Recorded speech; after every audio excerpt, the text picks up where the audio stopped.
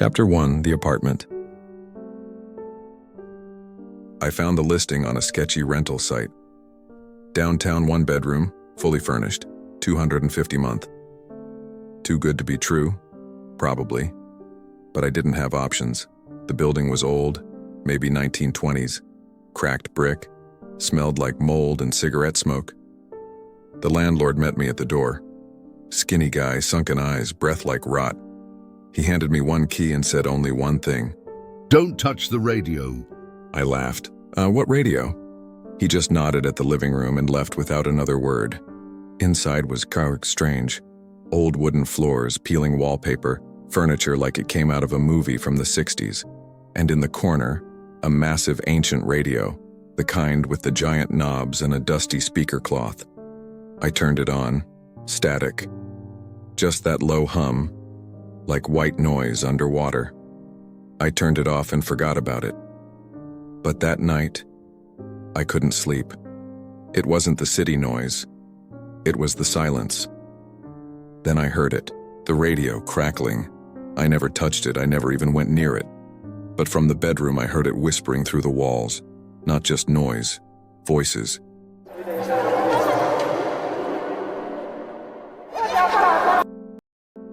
Chapter 2: A Knock on the Window. I woke up at 2:13 a.m. The static was louder than before, but it wasn't blasting, it was focused, like someone whispering right next to your ear. I stepped into the living room. The radio was on, dial unmoved, same static crackle, except now it had rhythm, cadence. Then I heard it, a voice, faint, garbled, just beneath the static. "Don't sleep." I froze. I turned the knob. Nothing. Same frequency. No station. No music. Just that. Then it changed. Another voice. Clearer. "He watches the third window." I turned toward the windows. 3 of them lined the opposite wall. 2 facing the alley. 1 facing the building next door. I stepped closer. No figure. Just shadows and flickering streetlights. I laughed. Nervous. Old radios pick up weird interference, right? Then I noticed the dial had moved. The radio was tuning itself. "It's close. Do not blink." I ripped the plug out of the wall. Static died instantly.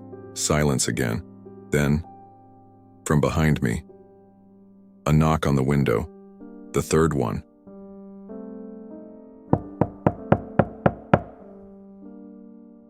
Chapter 3: He watches through the glass. I just stared at the window. The third one.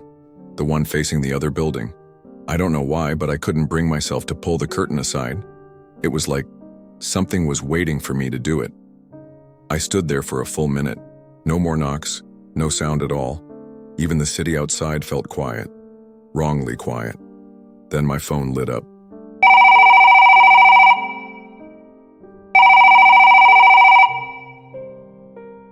No caller ID. I picked it up, already shaking. The only sound on the other end, static. I whispered, "Who is this?" And the voice answered, "You looked at the window." I dropped the phone, ran to the bedroom, slammed the door. My heart was pounding. My head buzzed with leftover static. That's when I noticed the mirror across the room. It faced the bedroom door. Something moved in the reflection. I turned. Nothing there. I turned back to the mirror. And he was in it. Not behind me. Not in the room. In the mirror. Pale. Faceless. Flickering. Like a weak signal trying to stabilize. He raised a hand. The same hand I used to pull the plug from the radio. And on it were my fingerprints, burned into the skin. Chapter 4: Signal Lost. I didn't sleep. I couldn't.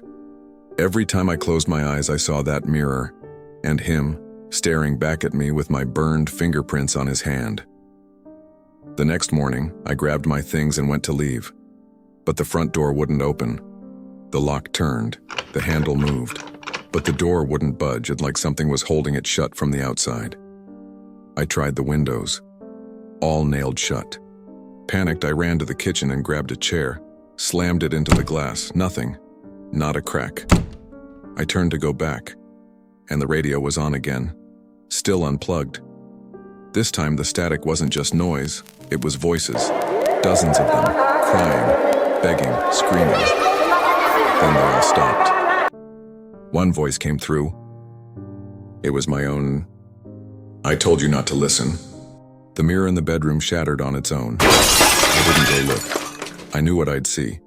That wasn't a reflection, it was a receiver, and I had tuned in. I don't know how long I've been here. The sun rises, sets, but the door still won't open. The radio never turns off. And now, I can hear you, reading this, listening. And if you hear static tonight, don't adjust the dial, because now you're tuned in, and he's looking for you next.